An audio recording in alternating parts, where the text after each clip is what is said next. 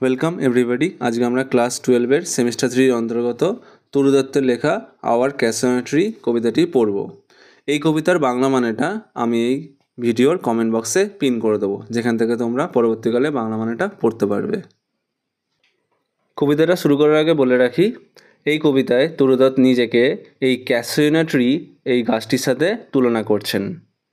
তরু দত্তের ছোটোবেলায় তার এক ভাই এবং এক বোনকে তিনি হারান, সেই কারণে তিনি সারা জীবন সেই দুঃখটা তার মনের মধ্যে রয়ে গেছে এবং তিনি এই কবিতাতে সেই ব্যাপারটা কিন্তু স্মৃতিচারণ করছেন। কবিতাটা একটা নস্টালজিক টোনে লেখা, তিনি ছোটোবেলার স্মৃতিকে মনে করছেন।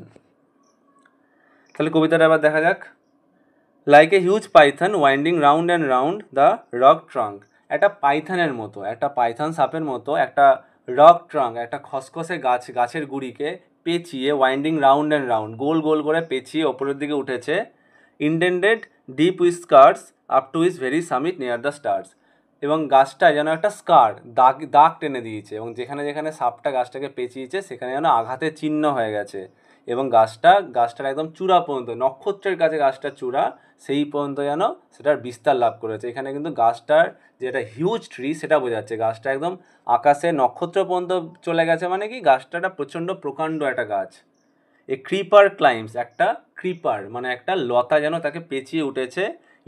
In whose embraces bound no other tree could live, যে ক্রিপারটা গাছটাকে যেন চারিদিক দিয়ে পেঁচিয়ে রেখেছে, এবং অন্য কোনো ট্রি হলে, অন্য কোনো গাছ হলে কিন্তু এই আঘাত বা এই ব্যাপারটাকে কিন্তু সহ্য করতে পারতো না, যে একটা ক্রিপার, একটা লতা একটা সাপের মতো গাছটাকে পুরো পেঁচিয়ে রেখেছে, গাছের গায়ে আঘাতের চিহ্ন হয়ে গেছে, অন্য কোনো গাছ হলে বাঁচতে পারতো না।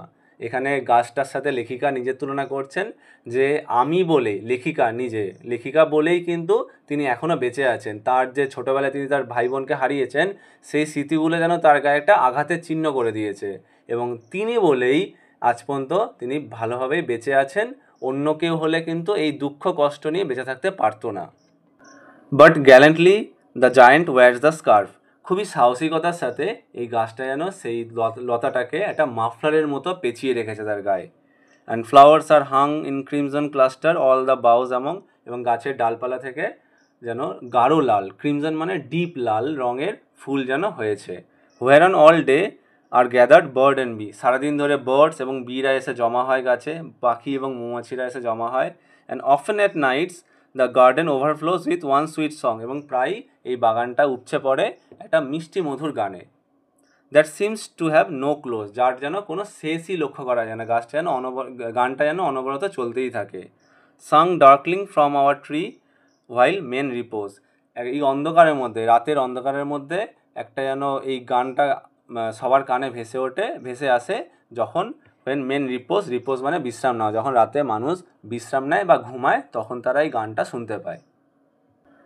When first my casement is wide open thrown at dawn, যখন ভোরবেলা, ডন মানে কিন্তু ভোরবেলা, উষা, যখন ভোরবেলায় আমার কেসমেন্ট মানে জানলার পাল্লাগুলো খোলা থাকে, মাই আইজ ডিলাইটেড অন ইট রেস্ট, আমার চোখ যেন একটা আনন্দে ভেসে ওঠে, গাছটাকে দেখে যেন আমার চোখটা খুবই তৃপ্তি পায়। Sometimes and most in winter on his crest a grey baboon sit statue like alone, মাঝে মাঝে বিশেষ করে শীতকালে একটা বেবুন, একটা ধূসর রঙের একটা বাদর এসে স্ট্যাচুর মতো স্থির হয়ে মূর্তির মতো চুপচাপ এই গাছটায় বসে থাকে। ওয়াচিং দ্য সানরাইজ, সে সূর্যোদয় দেখে। While on lower boughs his puny offspring leap about and play, যখন নিচের ডালপালাগুলিতে তার ছোটো ছোটো বাচ্চাগুলো লাফালাফি করে এবং খেলাধুলো করে। And far and near kokilas hail the day, এবং চারিদিকে কোকিলের গান শোনা যায়। And to their pastures went our sleepy cows, এবং অলস গরুগুলো মাঠে চারণের জন্য, মাঠে ঘাস খাওয়ার জন্য তারা এগোয়। And in the shadow on the broad tank cast, এবং গাছের যে ছায়াটা সেটা একটা বড় পুকুরের ওপর গিয়ে পড়ে। এখানে যে ব্রড ট্যাঙ্ক মানে কিন্তু একটা জলাশয় বা পুকুর বলতে পারো, তাহলে পুকুরটার ওপর গিয়ে গাছটার একটা বিশাল ছায়া পড়ছে। By that hoar tree so beautiful and vast, এই গাছটি, হোর বলতে গেলে গাছটার রঙটা বোঝাচ্ছে, অনেকটা সাদা, ঠিক পিওর সাদা নয়, একটু ধূসর সাদা টাইপের রঙটা। হোর ট্রি, এই গাছটার একটা বিউটিফুল এবং ভাস্ট, গাছটা যেন খুবই সুন্দর এবং গাছটা যেন একটা প্রকাণ্ড বিশাল বড় গাছের ছায়াটা গিয়ে পড়ে। The water লিলিজ spring snow like snow in must. এই ওয়াটার লিলিগুলো কেমন দেখতে, ওয়াটার লিলিগুলো ফোটে যেন সাদা তুষারের যেন ওর উপর জমে রয়েছে, মানে ওয়াটার লিলিগুলো দেখতে একদম সাদা লাগে, যেন কেউ বরফ ওর উপর ফেলে রেখেছে। But not because of his magnificence dear is the casuarina tree to my soul. এই ক্যাসোলিনা গাছটা আমার হৃদয়ের এত কাছে, গাছটা যত সুন্দর বা প্রকাণ্ড সেই জন্য নয়, কিসের জন্য? Beneath it we have played. এই গাছটা নিচে আমরা একসময় খেলতাম, আমরা বলতে লেখিকা এবং তার ভাই বোন। দো ইয়ার্স মে রোল, অনেক বছর কেটে গেছে। O sweet companions loved with love intense, সেই প্রিয় সঙ্গীরা তোমাদেরকে আমি প্রচণ্ড ভালোবেসেছিলাম। For your sakes shall the tree be ever dear, তোমাদের জন্যই এই গাছটা আমার সর্বদা খুবই প্রিয় হয়ে থাকবে। Blend with your images it shall arise in memory, তোমাদের ছবিগুলো অনেক গাছটার সাথে মিশে রয়েছে এবং গাছটার দিকে তাকালেই তোমাদের এই ছবিগুলো আমার চোখের সামনে ভেসে ওঠে। Till hot tears blind my eyes, যতক্ষণ না আমার চোখ থেকে অশ্রুজল বেরিয়ে আসছে। What is that dirge like murmur that I hear, ওই একটা বিষাদের একটা আর্তনাদ আমি কি শুনতে পাচ্ছি ওটা? Like the sea breaking on the single beach, যেন ওই নুড়ি পাথরের উপকূলে যেন সমুদ্র এসে আছড়ে পড়ছে। It is the trees lament, এটা হলো গাছটার দুঃখ। অ্যান এরি স্পিচ, একটা অদ্ভুত কথোপকথন। That haply to the unknown land may reach, যেটা হয়তোই বা সেই অচেনা জগতে পৌঁছাচ্ছে। অচেনা জগৎ বলতে বেসিক্যালি ল্যান্ড অফ ডেডস, মানে মৃত্যুদের জগৎ, যেখানে তার ভাই বোন মারা যাওয়ার পর চলে গেছেন, স্বর্গও বলা যেতে পারে। Unknown yet well known to the I of faith, এই জগৎটা আমার কাছে অচেনা, কিন্তু অচেনা হলেও আমার জগৎটার প্রতি বিশ্বাস আছে, আমার বিশ্বাসের কাছে এই জগৎটা চেনা, মানে আমি স্বর্গের উপর বিশ্বাস করি। I have heard that well far far away in the distance lands by many a sheltered bay, আমি এই আর্তনাদটা, ওই গাছের দুঃখটা, এটা আমি শুনেছি। আমি এখন এখানে লেখিকা একটা জিনিস মাথায় রেখো, লেখিকার এই যে গাছটার কথা বলা হচ্ছে, গাছটা কিন্তু ভারতে অবস্থিত, আর লেখিকা কিন্তু বর্তমানে ভারতে থাকেন না, তিনি কিন্তু অন্য দেশে থাকেন।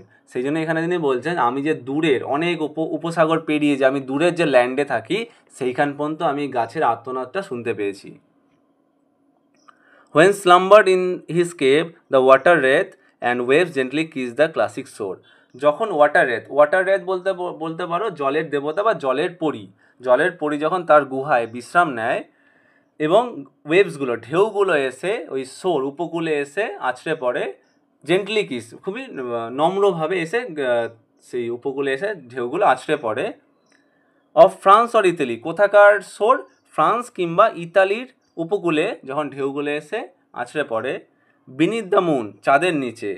হোয়েন দ্য আর্থ লে ট্রান্স ইন দ্য ড্রিমলেস সোন, যখন পৃথিবী একটা যেন গভীর নিদ্রায়, একটা স্বপ্নহীন ঘোরে যেন ডুবে রয়েছে। এখানে ট্রান্স বলতে বোঝাচ্ছে বেসিক্যালি ঘোর, একটা অদ্ভুত একটা ঘোরের মধ্যে সে রয়েছে।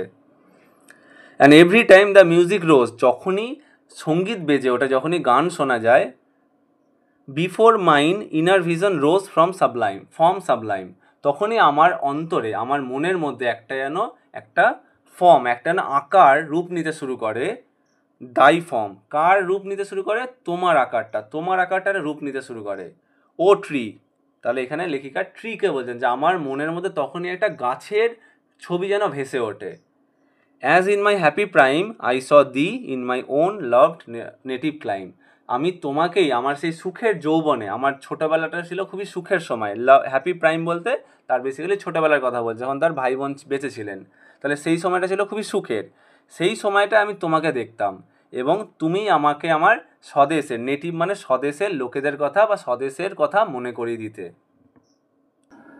দেয়ারফর আই ফেইন উড কনসেক্রেট এ লে আনটু দাই অনার ট্রি, লে মানে কিন্তু কবিতা, তাহলে আমি ট্রিকে উদ্দেশ্য করে তিনি বলছেন যে আমি তোমার উদ্দেশ্যে একটা কবিতা লিখব, তোমার সম্মানে একটা কবিতা লিখব।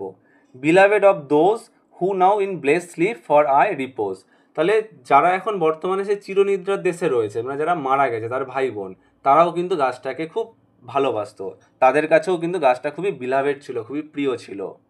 ডিয়ারার than life to me alas were they, তারা আমার কাছে আমার নিজের প্রাণের চেয়েও খুব প্রিয় ছিল। Mayst thou be numbered when my days are done with deathless trees like those in Borondale. যখন আমার জীবনের দিনগুলো যখন ফুরিয়ে আসবে, আমার জীবনে যে কটা দিন পড়ে রয়েছে সেই গুনতিটা যখন ফুরিয়ে আসবে, তাহলে তখন যখন আমিও যখন মারা যাব, তখন আমি চাই যে তুমিও সেই বরন্ডেল, এই বরন্ডেল জায়গাটা হচ্ছে ইংল্যান্ডে অবস্থিত, এই বরন্ডেল এই জায়গাটাতে প্রচুর ডেথলেস ট্রিজ মানে অমর গাছ পাওয়া যায়। অমর গাছ বলতে যেগুলো অনেক দিন ধরে যে গাছগুলো বেঁচে আছে, তাহলে আমি চাই তোমাকেও সেই গাছগুলোর সাথে লোকে গণ্য করুক। Under whose awful branches lingered pale, fear-trembling hope, death the skeleton and time the shadow. যে গাছগুলো ডালপালার নিচে ঘুরে বেড়ায়, কারা ঘুরে বেড়ায়? এই ভয় এবং কাঁপতে থাকা আশা, ট্রেমলিং হোপ কাঁপতে থাকা আশা, ডেথ দ্য স্কেলিটন সে কঙ্কালের মতো মৃত্যু, অ্যান্ড টাইম দ্য শ্যাডো ছায়ার মতো সময়। অ্যান্ড দো উইক দ্য ভার্স, আমার কবিতাটা, আমি জানি যে আমি কবিতাটা তোমার উদ্দেশ্যে লিখছি, সেই কবিতাটা খুবই দুর্বল। ভার্স মানে কবিতা। দ্যাট উড দাই বিউটি ফেন ও ফেন রিহার্স, যা তোমার সৌন্দর্যের বরাবর হতে পারবে না, মানে আমার যে কবিতাটা আর তোমার যে সৌন্দর্য, আমার কবিতাটা তোমার সৌন্দর্যের সমান কখনোই হতে পারবে না। May love defend thee from oblivion's curse, কিন্তু আমার যে ভালোবাসাটা আছে তোমার প্রতি, আমি চাই বা আমি বিশ্বাস রাখি যে আমার ভালোবাসাটা তোমাকে সমস্ত অভিশাপ থেকে, সমস্ত চূড়ান্ত অভিশাপ থেকে রক্ষা করবে। অবলিভিয়ান কার্স বলতে, কার্স মানে তো অভিশাপ, অবলিভিয়ান মানে এখানে বেসিক্যালি বলছে চূড়ান্ত যে অভিশাপ মানে মৃত্যু, তোমাকে মৃত্যুর হাত থেকে আমার ভালোবাসা সর্বকাল রক্ষা করবে। এই ছিল আজকের তরু দত্তের আওয়ার ক্যাসিনো ট্রি কবিতাটি। আশা করি তোমরা বুঝতে পেরেছো। কোনো ডাউট থাকলে তোমরা নিঃসন্দেহে কমেন্ট বক্সে জানাতে পারো। Thank you for watching the video.